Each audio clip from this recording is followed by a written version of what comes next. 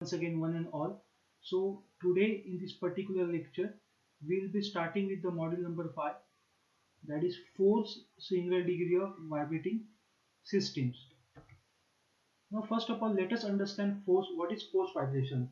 Now as far as last two modules are concerned, that is module number 3, in module number 3 and in module number 4, the equation of motion was mx double dot plus kx is equal to 0, and in module number 4, equation of motion was mx double dot plus cx dot plus kx is equal to 0.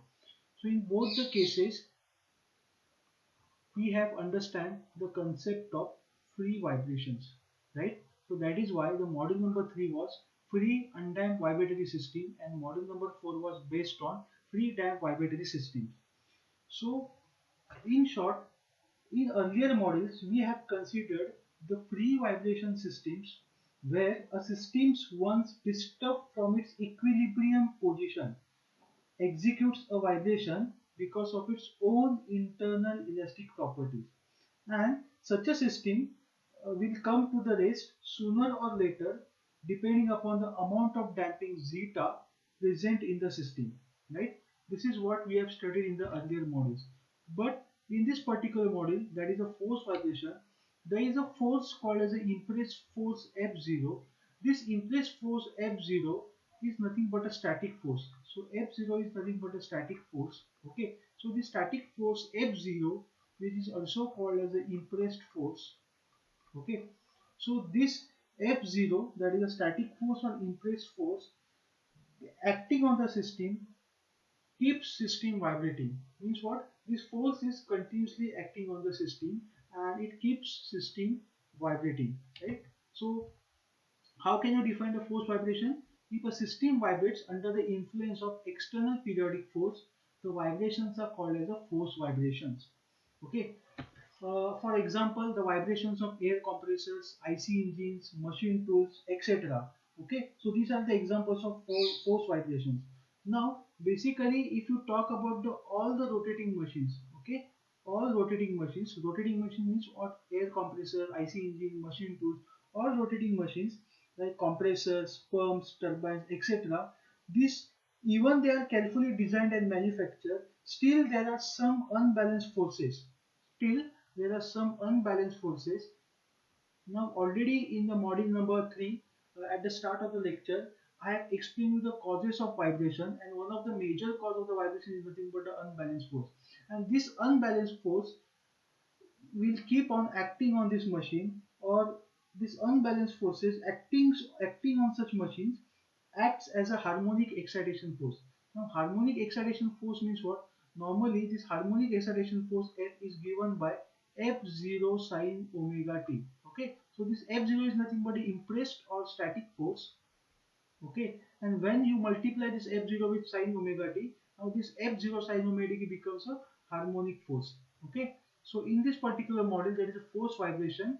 We will be dealing with a vibratory system on which there is a harmonic force there is a harmonic force acting on such vibratory systems. Okay, so now basically what happens, because of this unbalanced force, okay, the unbalanced force which acts as a harmonic excitation force, okay, it creates a vibrations in such machines. Okay, and basically these problems become more severe. The problem of basically vibration becomes more severe when frequency of external excitation force coincides with the natural frequency of the system, which results in a resonance. So what do you mean by the resonance? Resonance means omega is equal to omega n. Okay, and basically because of the resonance, the system starts vibrating dangerously with larger amplitude, and that is why it is very important that the resonance should be avoided. Now how to avoid the resonance? That is one question. So how to avoid the resonance? So operational speed can be changed. That is, you can change the omega if possible. Structure is altered to change the natural frequency. So you can change the design frequency or the natural frequency by altering the structure. And third and most important, the sufficient amount of damping should be provided to keep the amplitude low. Now basically we know that we in the module number 3 we have studied free undamped, and in module number 4 we have studied a free damp. But in force vibration there is no such case like force undamped. Okay, so in force vibration we are always providing some amount of damping Otherwise, because of this continuous harmonic force which is acting on the system, which keeps the system vibrating, will create a larger amplitudes at some point of time, and these larger amplitudes will create obviously a resonance and the system will fail. Okay, so that is why sufficient amount of damping after doing some analysis should be provided to keep the low amplitude. Now let us understand.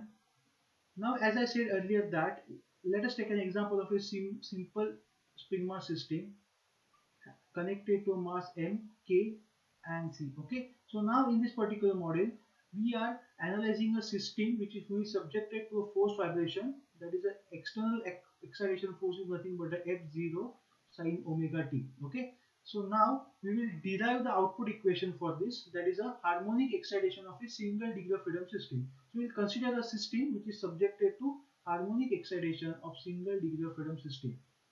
Okay, so a simple harmonically excited forcing function is given by, as I said earlier, let us say that F is equal to F0 sine omega t, where F0 is nothing but a static force, multiplied by sine omega t, F becomes a harmonic force. Okay, so let me call this as equation number 1. Okay, now here F0 is nothing but the impressed force or the static force, omega is the frequency of external exciting force. Okay, now basically what are the sources of harmonic excitation? Now, as I earlier said that this unbalanced forces acts as a harmonic excitation. Then what are the sources of harmonic excitation force in these rotating machines as well as the reciprocating machines? Obviously, the unbalance in the rotating components of the machine and unbalance in the reciprocating components of the machine. So these are nothing but the unbalanced forces, or you can call it as the sources of harmonic excitation, which creates a harmonic excitation, that is F0 sine omega t on the system, because of which system undergoes a force vibration. Okay, so now let us derive the output equation for the harmonic excitation of a single degree of freedom system. So consider a simple spring mass system subjected to a spring mass damper excited by harmonic force. What is the harmonic force? F is equal to F0 sine omega t. Okay, now let us consider first of all, now this is an equilibrium position. Equilibrium position means what? A spring mass system subjected to a harmonically excited force. Now obviously when you are applying a force in the downward direction, the displacement of the mass or the displacement of the body will always take place in the direction of the applied force, that is a F0 sine omega t. Okay, so because of this F0 sine omega t, let us say x is the displacement in the downward direction. Now if x is the displacement in the downward direction, this figure shows the displaced position. Okay, now once you draw the displaced position diagram, now we will understand what are the forces acting on this mass m. That is what we will draw the FBD for this mass m. Okay, so now let us draw the FBD for the mass m. So what is the FBD for mass m? So let us say, I will draw here. So let us say mass m. So this is a mass m. Okay, F0 sine omega t, which is acting vertically downwards. So mx double dot is the inertia force which is acting opposite to the displacement x dot and x double dot in the same direction. So kx is nothing but a spring force and cx dot is nothing but the damping force which is acting on the system. Okay, so this is nothing but a free body diagram. So I have drawn a free body diagram over here, that is the FBD of a mass. So displacement x in a downward direction, that is in the direction of the applied force F0 sine omega t, and kx, cx dot and mx double dot are nothing but the three forces which are acting on the mass opposite to the displacement. So now apply according to the D'Alembert's principle, summation of inertia forces plus external forces is equal to 0. So that is what mx double dot plus cx dot plus kx. So mx double dot is nothing but inertia force, cx dot kx is nothing but external force. This is equal to F0 sine omega t. Okay, so in the last module we had equation of motion mx double dot plus cx dot plus kx is equal to 0, because there we are just we just give only an initial displacement. Here we are applying a continuous force F0 sine omega t. Okay, now the above equation, that is equation number 2, is called as a linear non-homogeneous second order differential equation. For example, For better understanding, I can write this equation as m into d square x by dt square plus c into dx by dt plus k into x is equal to f0 sine omega t. So this equation is nothing but the highest power is 2. So second order x is the linear variable. So second order linear non-homogeneous second order differential equation. Now basically, as we know, the mathematics behind this is that this second order non-homogeneous linear differential equation consists of two parts. One is the complementary function xc and second is the particular integral xp. Now what is complementary function and what is particular integral, that we have to first of all understand. So what is the final complete solution? Final complete solution is the final output equation x is nothing but the xc plus xp. So complete solution is having a two parts. First is xc, second is xp. So this xc is complementary function and xp is nothing but the particular integral. Now first of all let us understand what is complementary function and what is particular integral, and then we will derive the equation for it. Now we have already studied that in a time response graph, that is t versus amplitude, we have a two phases. The first phase is where the output changes with respect to time, and the second phase is that where the output reached its final state, that is a steady state. So this phase, that is the first phase, is called the transient state, or the corresponding vibrations are called the transient vibrations, and the second state is nothing but a steady state. Okay. Now, as I earlier said that any system which is stable will initially pass successfully through this transient state, and this will be a settling time. This corresponding time at this point, let us say this is the point A. So at this corresponding point A, the time will be a settling time, that is a Ts. Okay. So after after settling time Ts, the system will reach the steady state. So every system will initially pass to the transient state and reach the steady state. Okay. So transient state, in transient state, the corresponding amplitudes or vibrations decays or vanishes or dies out eventually, or may becomes a zero, and finally which remains is nothing but a steady state at this point. Okay. So mathematically this xc or a complementary function represents this transient state. It represents a transient state, and mathematically this particular integral xp represents a steady state. Means what? This xc is a mathematical term, that is what in this particular final equation xc is equal to xc plus xp. This first term xc will represent this transient vibration and xp will represent this steady state vibration. Okay, so in the due time we will understand the graph of this transient vibrations and the steady state vibrations separately. Okay, I hope it is clear to all of you. Now as I earlier said that in this particular graph the transient vibrations are nothing but the having an oscillative behavior, that is they are nothing but the amplitudes and with a decreasing amplitude, right? So here basically this system is called as the underdamped system. Okay, means what? We are considering the output equation as a output equation of underdamped system.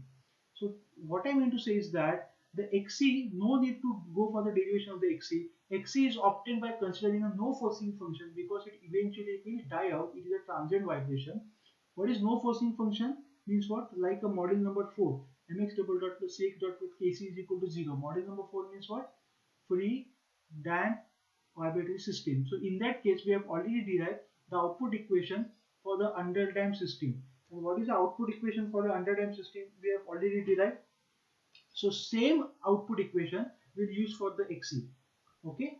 So let us say that xc is equal to equation output equation for the underdamped system, that is x1 e raised to minus zeta omega n2 nt into sine omega dt plus phi. So this is nothing but the output equation for the underdamped system from free undamped vibratory system. So same equation is valid or applicable for the C, that is a complementary function which represents the transient state. Okay, so let me call this as equation number 4. Let me call this as equation number 4. Okay, now here we know that what is xc? Xc is nothing but a complementary function.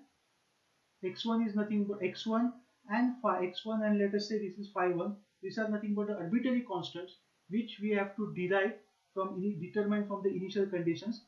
Omega d is nothing but a frequency of damped vibration or natural circular frequency of damped free vibration. Omega n is nothing but the natural circular frequency of undamped free vibrations, T is the time in seconds, and zeta is the damping ratio or damping factor. Okay. Now this equation number 4 is nothing but a complementary function xc is based on the system being underdamped. In the case if the system is overdamped or critically damped, the above complementary function given by equation 4 will change accordingly. Means what? You have to use the equation of overdamped or critically damped system if you are considering this complementary function as a overdamped or critically damped. Means what? There is no oscillations inside the transient system. There is it is an exponential behavior, because we know that for overdamped and critical damped system the behavior is exponential. Okay, but now as on we will consider this equation, that is the equation of underdamped. Okay, that is equation number 4. Now once we consider this equation of underdamped, now next step is to find out the second part, that is a particular integral. So before we find out the second part, that is a particular integral. Okay, so first of all, to find out the particular integral, let us assume a particular solution as particular integral xp indicates what? A particular solution or transient steady state vibration. So we have to assume some solution. So let us say that xp is equal to, what is xp? xp is equal to x sine omega t minus phi. So this is the equation what we have assumed, equation number 5. So now we have x, very important, that x is called as a steady state amplitude. Steady state amplitude, and phi is nothing but the phase angle. Okay, because this particular solution xp represents the steady state vibration. So there are two terms, that is x and phi, steady state amplitude and phase angle, which we have to determine. Once I determine these two, I will put it into the equation number 5 and I will get xp, and then I will get x, that is a xc plus xp, because xc we have already derived. Okay, so now let us integrate, let us derivate this term xp. So I'm getting xp dot is equal to, so I'm getting xp dot is equal to what? Xp dot is equal to omega into capital X cos omega t minus phi. Okay, but if I want a sine term, I can write this like this as omega into x, instead of cos I can write sine, and here I can write omega t minus phi plus pi divided by 2. So let me call this as equation number 6, and similarly I can write xp double dot is equal to minus omega square x into sine omega t minus phi, minus omega square x into sine omega t minus phi, that is deriving this equation with respect to time. So I am getting an acceleration. So let me call this as equation number 7. Now I have got all this equation.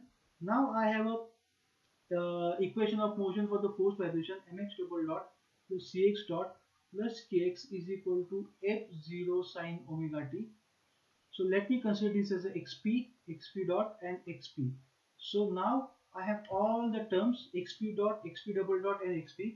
So let us put into it, and then, so basically I am trying to solve this particular integral by using a graphical method. You can use graphical as well as an analytical method. So I am finding this equation for the xp by a graphical method. So let us understand the graphical method. So what is xp double dot? xp double dot is minus m into omega square x sine omega t minus phi as it is, plus c into, what is xp dot? Omega into x sine omega t minus phi plus 90, that is pi by 2, and plus, what is k into xp? K is nothing but the x, k is nothing but the x into sine omega t minus phi. K into x sine omega t minus phi is equal to f0 sine omega t. Okay, so now we know that this equation can be taken on one side. So I will take all the equation on the one side. So let us say I will write f0 sine omega t. So this minus will become plus, minus m omega square x sine omega t minus phi. This will, now this minus plus will become minus, minus c into omega x sine omega t x sin omega t minus phi plus pi by 2. Again this will become minus k into x sin omega t minus phi, and this is equal to 0. Okay. Now if you look into this equation number, let us say call it as equation number 8. Now this equation number 8 has a 4 terms. How many terms it has? It has a 4 terms. Term number 1, term number 2, and term number 3, and term number 4. So this equation indicates that, or from this equation represents the the four terms. Which are the four terms? Term number 1, 2, 3, and 4. These four terms in this equation number 8 represents the four forces in magnitude as well as direction acting on the body. I am repeating the statement.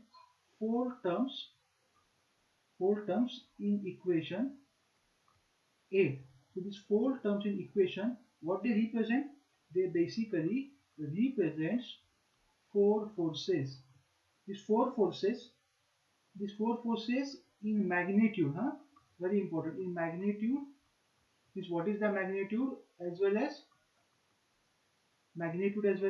direction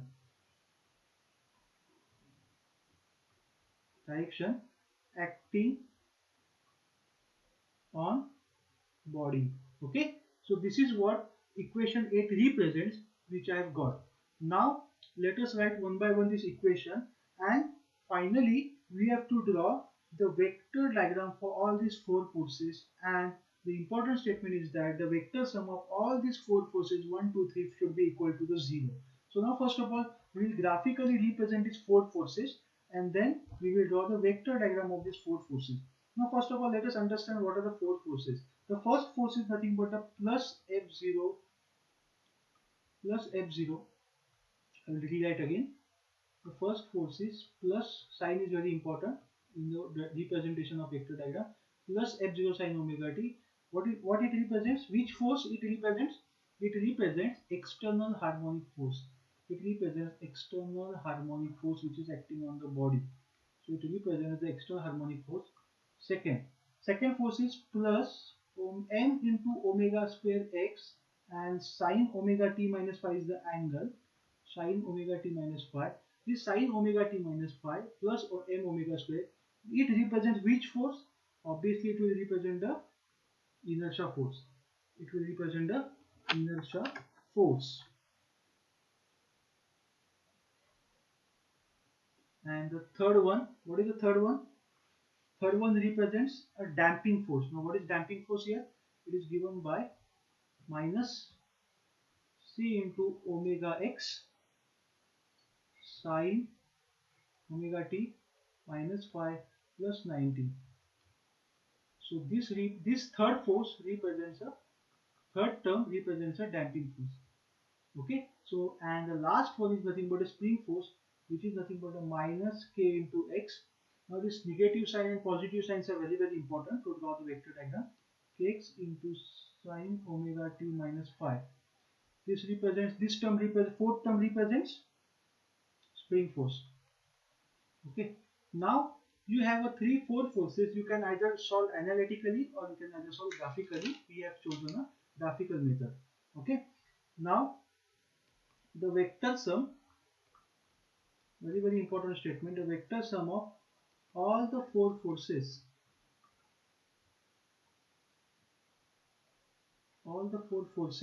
should be equal to 0, right? Okay, the vector sum of all the four forces should be equal to 0.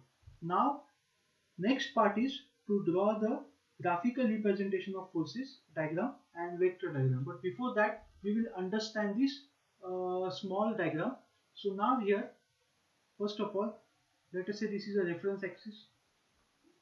Then okay, so there are two vectors which are acting at some specific angle from the displacement from this reference axis. So from reference axis, the first vector is called the displacement vector, which is given by x. Okay, second vector is a force vector, which is denoted by F0. Now force vector acts at an angle omega t. So let us say this is a force vector F0. So it acts at angle omega t. Okay. Now the displacement vector x, let us say this is a displacement vector x. Now this displacement vector x always lags the force vector by an angle called as a phi, and this phi is nothing but the phase angle. So what is phi? So phi is nothing but the phase angle. So already we have got these two terms, capital X, that is nothing but a steady state amplitude, and phi is nothing but a phase angle. So we will understand what is steady state amplitude. Now first of all let us understand what is phase angle. So phase angle is nothing but the angle between the displacement vector and the force vector.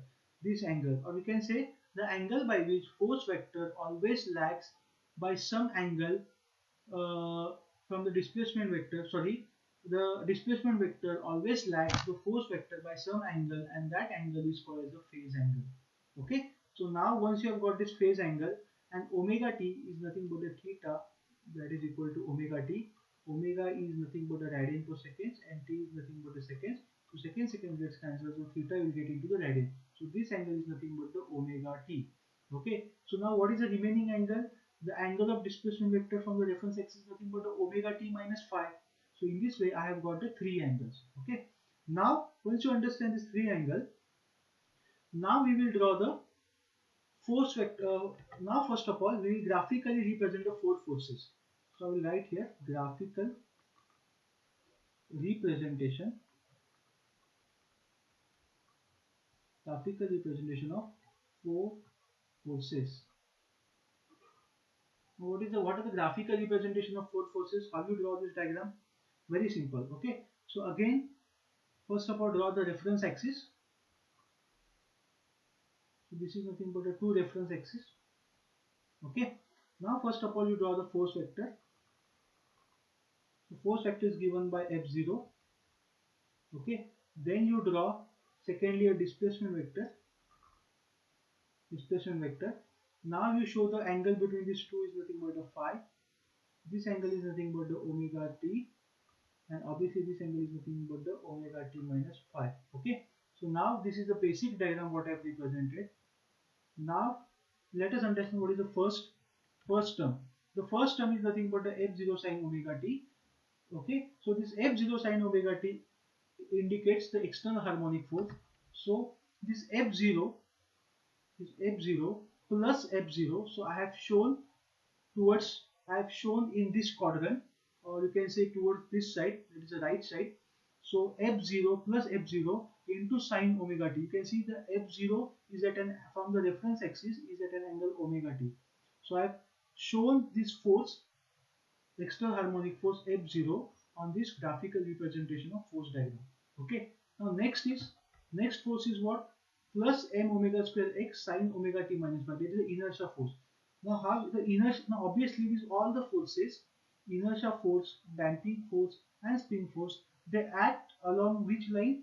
They act along the displacement vector line. So now what is displacement vector? This is a displacement vector. So this displacement vector, okay, along this displacement vector, first of all I will show m omega square x. Okay, now which is again positive. So I have shown in this quadrant, and again you can see that it is acting from the reference axis at an angle omega t minus phi, because the force is plus omega m omega square x omega t minus phi.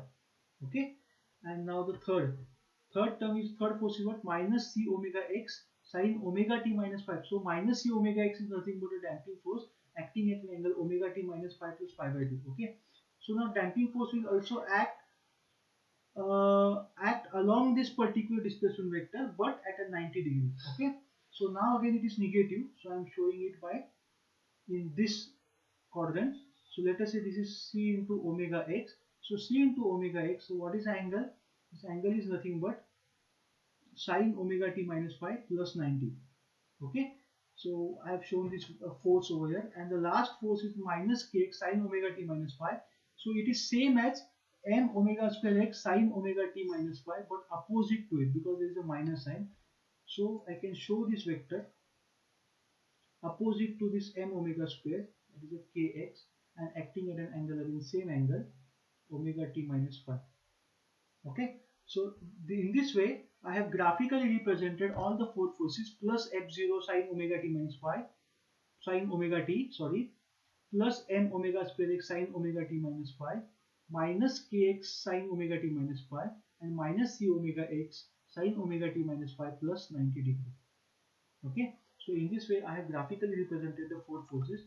Now let us draw a vector diagram for this. So from this, now you can easily draw a vector diagram. So how do you draw the vector diagram? You have to represent these four forces on a vector diagram, that is a closed diagram. So first of all, again same, draw the reference axis.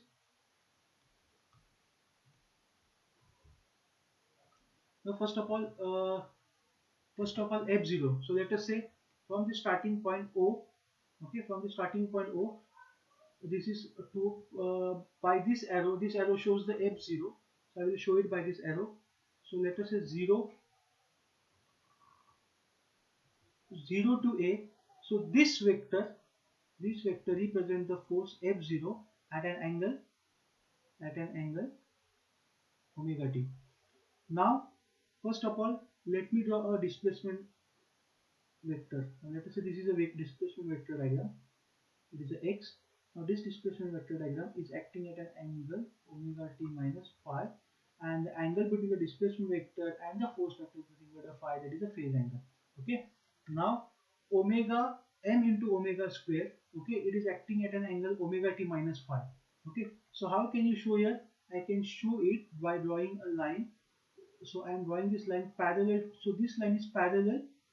This line is parallel to this displacement vector. Okay. So if I take a reference axis here at this particular point, so this angle will be same, that is omega t minus phi. Okay, so I can draw a line parallel to this. Okay,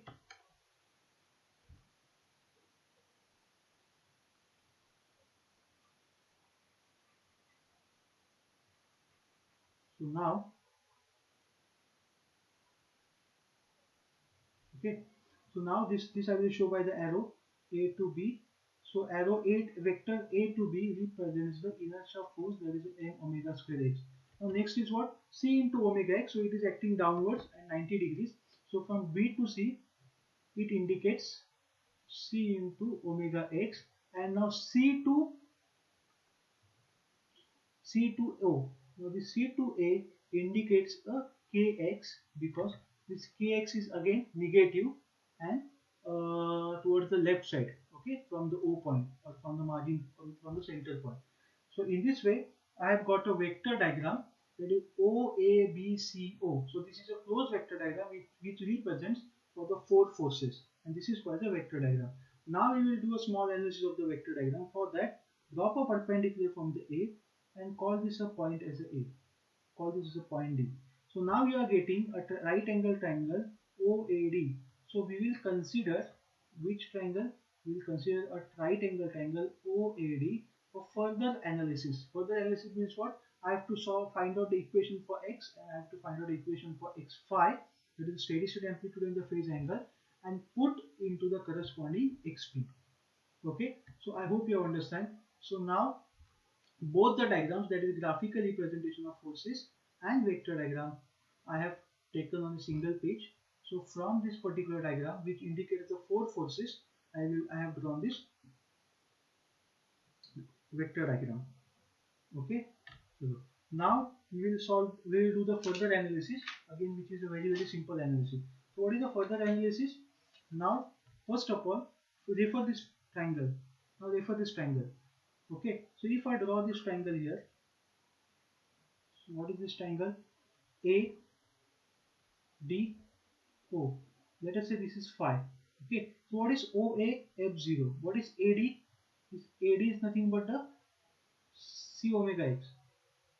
Okay, now what is this OD? This total is kx, and this distance is m omega square x. So OD is nothing but the kx minus m omega square x. Okay, so this triangle we will consider for the analysis.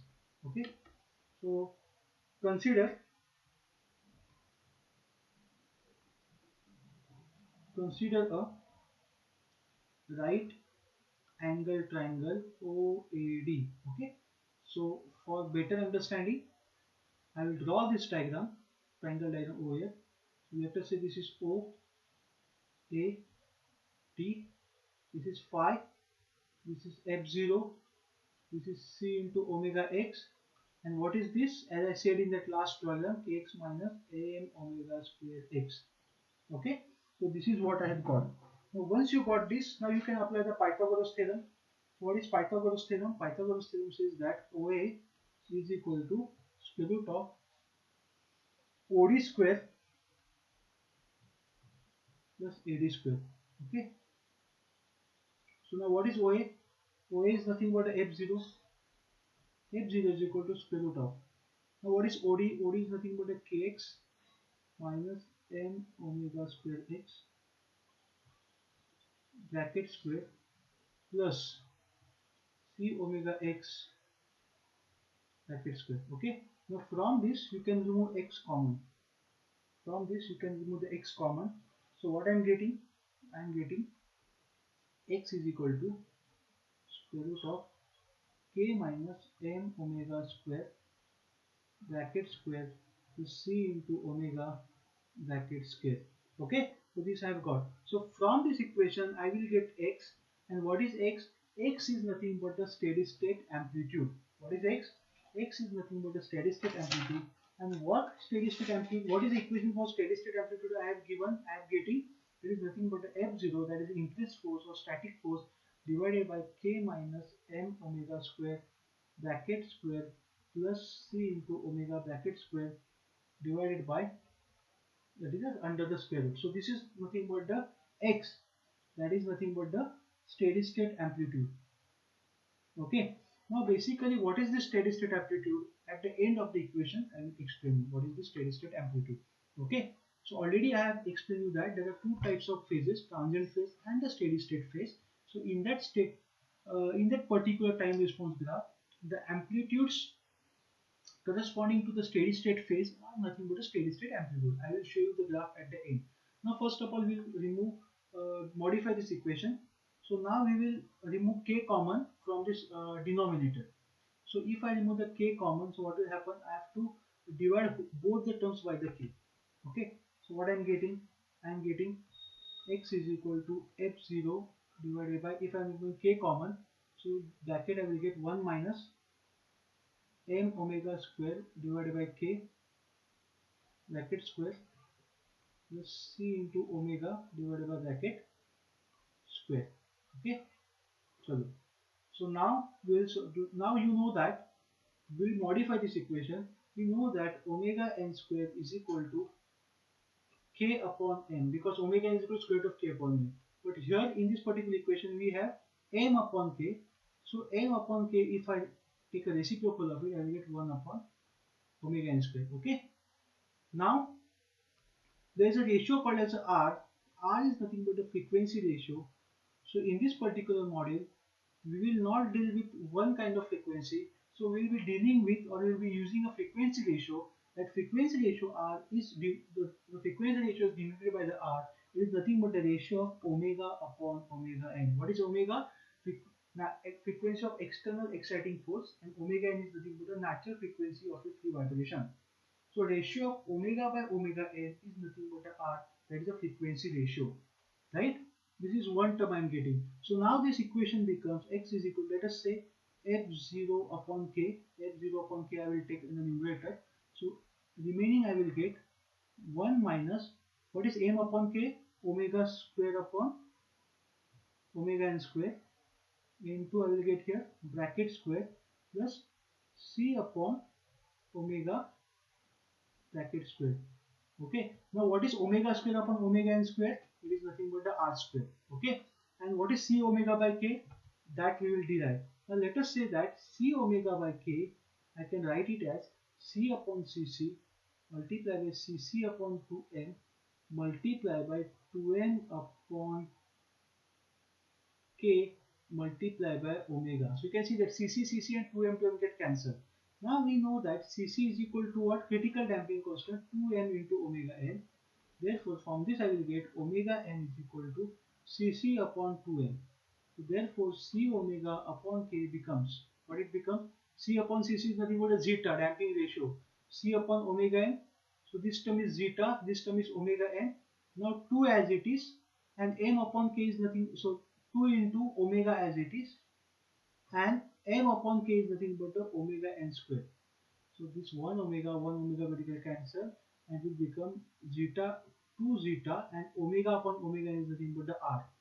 So C omega upon k is equal to 2 zeta r. So now in this equation 1 minus r square bracket square plus 2 zeta r square. So final equation, that is a steady state amplitude x, I am getting as f0 by k divided by square root of 1 minus r square bracket square plus 2 zeta r bracket square. Okay, so this is the equation I am getting for the steady state amplitude.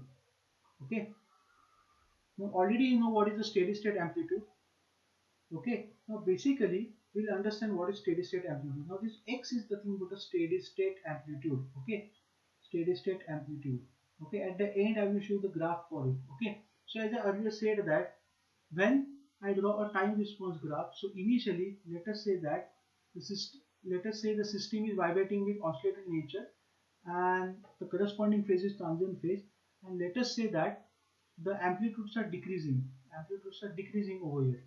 Okay, the amplitudes are decreasing, and finally let us say the system reaches the steady state, that is the CSS of state. So this corresponding state is called the steady state. So when the system reaches the steady state, and let us say that in this corresponding steady state, let us say the system is vibrating with a constant amplitudes. The system is vibrating with a constant amplitudes. So this amplitudes by which the system is vibrating, that at a constant rate, or you can say these constant amplitudes are called as the steady state amplitudes. Okay, so amplitudes corresponding to the steady state phase are nothing but a steady state amplitude, right? Or you can define this steady state amplitude by another words like steady state amplitudes are also called as of amplitudes of force vibration, amplitudes of force vibration, which are produced by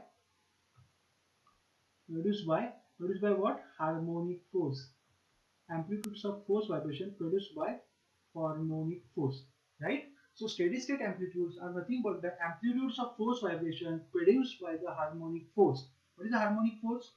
F0 sine omega t. Or you can call the steady state amplitude as the amplitudes corresponding to the steady state phase.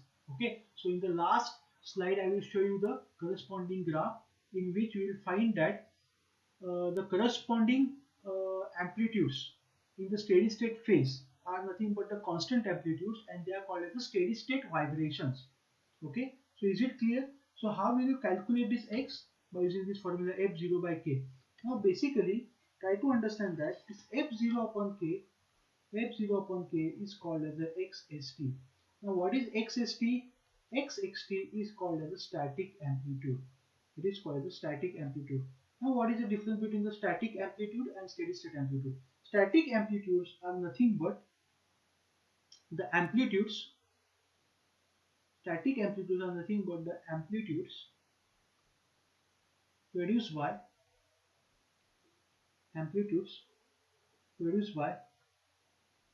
static force. Static force. What is static force? F0. Okay, and when you multiply the static force F0 by sine omega t, it becomes a harmonic force. Then if you want to compare, this x is nothing but the steady state amplitude. X is nothing but the steady state amplitude. What is the steady state amplitude? The amplitudes produced by harmonic exciting force. Which force? Harmonic force. That is equal to F0 sine omega t. So the amplitudes of a force vibration x produced by the harmonic force F0 sine omega t is nothing but a steady state amplitude, and xst is nothing but a static amplitude which is called as the amplitude produced by the static force F0, and it is given by this equation F0 upon K. So this F0 upon K is nothing but the steady state amplitude. Or you can call this XST as, you can also call it as, what you can call it, zero frequency deflection. You can also call it as a zero frequency deflection. Zero frequency deflection means what? The corresponding frequency is zero. So when the corresponding frequency, so when I will show you the graph, you will understand that at corresponding zero frequency, the corresponding deflection or corresponding amplitudes are nothing but the static amplitudes or amplitude produced by the static force F0. I hope you have understand the difference between the XST and X, and that is why in analysis, we are taking a ratio of a frequency ratio, that is a omega upon omega n. In analysis, we are taking a ratio of x upon xst, that is the steady state amplitude to the static amplitude. So in this particular force vibration analysis, frequency ratio as well as the ratio of steady state amplitude and static amplitude is very, very important. Okay, so I hope it is clear to all of you. Now we'll move forward. Now once you got this formula, x is equal to f0 by k upon this, where f0k is nothing. So I can write this for final formula as steady state amplitude x is equal to static amplitude upon square root of 1 minus r square bracket square plus 2 zeta r bracket square.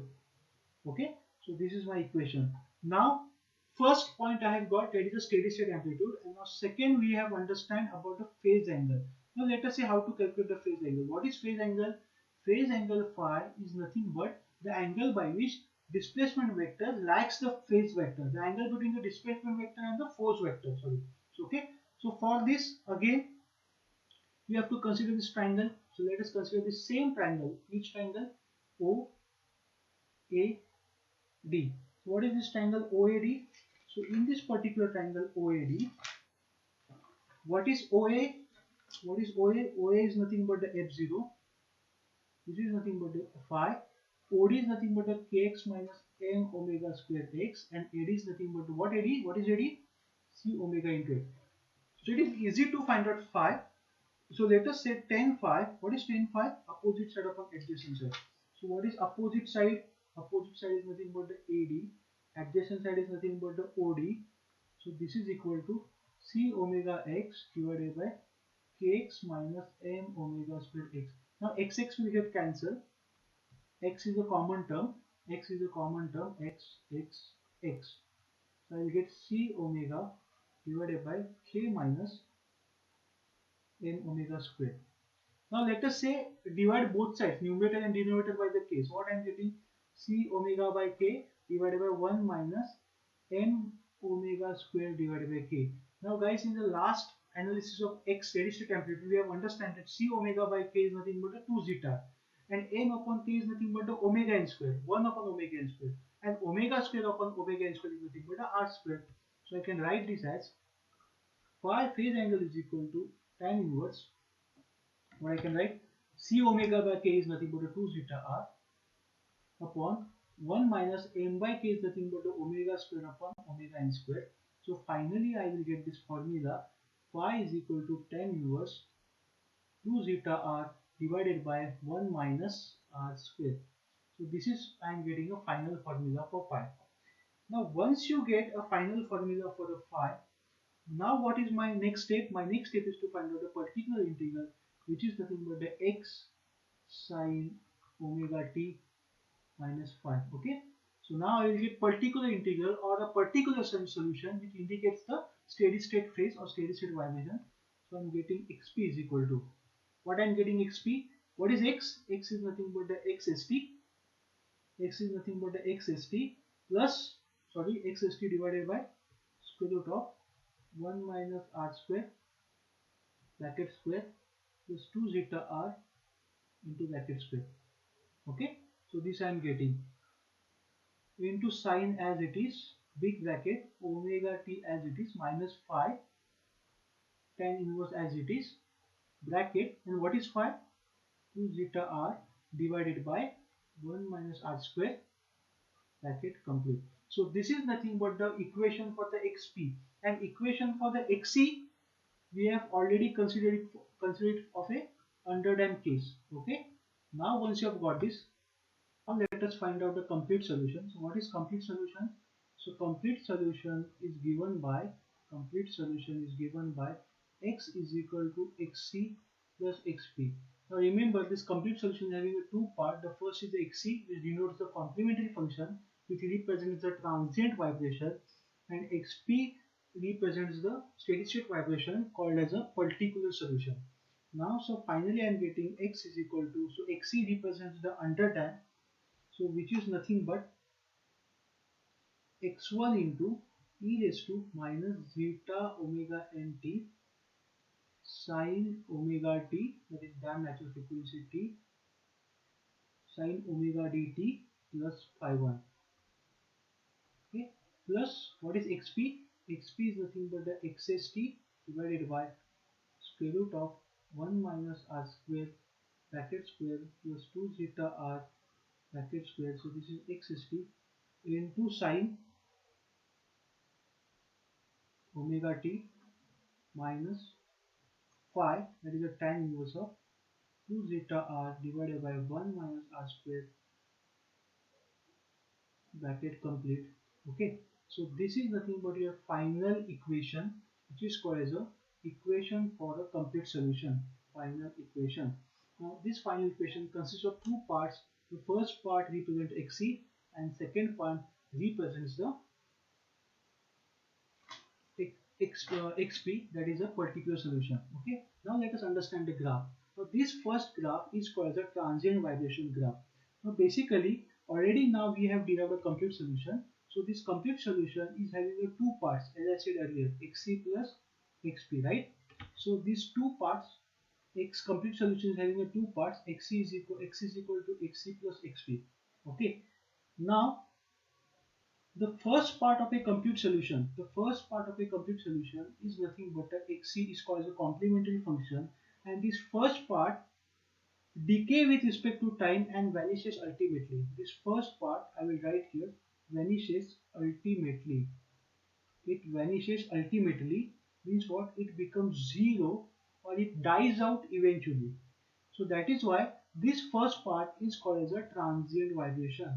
This first part is called as a transient vibration, and the corresponding graph, that is a time response graph, that is t on the x-axis, and xc, that is a complementary function on the y-axis. You will see that the graph is oscillatory, and that too with a decreasing amplitude. Means what? After some time it will reach the steady state. Means what? It will become zero. These transient vibrations will die out. Okay, so this mathematical equation xc, which is the equation of underdamped system, represents a transient vibration. So this part which vanishes ultimately, the first part of a complete solution which vanishes ultimately, is called a transient vibration, and this transient vibration takes place at which frequency? It takes place at frequency omega d. What is omega d? Damped natural frequency. Because of this damped natural frequency, obviously because of the damping, the oscillations or amplitude go on decreasing. So corresponding frequency is nothing but a damped natural frequency. So time period Tp, the time taken to complete one cycle, will be given by 2 pi upon omega d. So I hope you have understand what is transient vibration. Now the second part, that is a xc plus xp. The second part xp of a complete solution is called as a particular solution. Now in this case, you can see that the corresponding graph, that is a time response graph, this corresponding time response graph, that is a t response graph. Here you can see that the vibrations are sinusoidal. So the vibrations are sinusoidal but with constant amplitude. So what you can see here, you can see the sinusoidal vibrations. So in this particular second part, that is xp, indicates a sinusoidal vibration but with a constant amplitude, as you can see there. Okay, so similarly in this particular figure you can also see a sinusoidal vibration but with decreasing amplitude. Okay, so here the vibrations are sinusoidal vibrations with a constant amplitude, and that is why such vibrations, that is a sinusoidal vibration with constant amplitude, are called as a steady state amplitude. What are they called as a steady state amplitudes? Corresponding amplitudes are called the steady state amplitude, and the vibrations are called as the steady state vibration. And steady state vibrations or amplitude are denoted by x. And how we calculate x? We have already studied. Okay. And obviously, the steady state vibrations takes place at a frequency of excitation, that it takes place at omega. That is a frequency of excitation. Okay, and the time period you can calculate by Tp is equal to 2 pi upon omega. Okay, so basically when you draw a time response graph, it has a two parts, steady state as well as a transient state. So transient state will die out. The corresponding vibrations are called as the transient vibrations, and second vibrations where you have a sinusoidal amplitude but with a constant rate. So they are called as the steady state vibrations.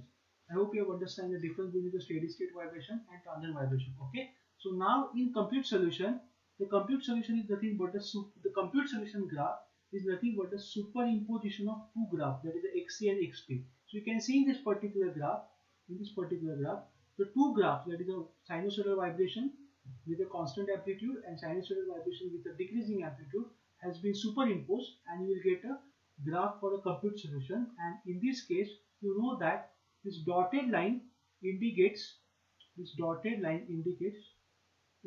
XP, that is a particular solution, that is a steady state vibration, and this dark line indicates XC, that is a transient vibrations, and eventually this XC will become 0, and what will be remaining?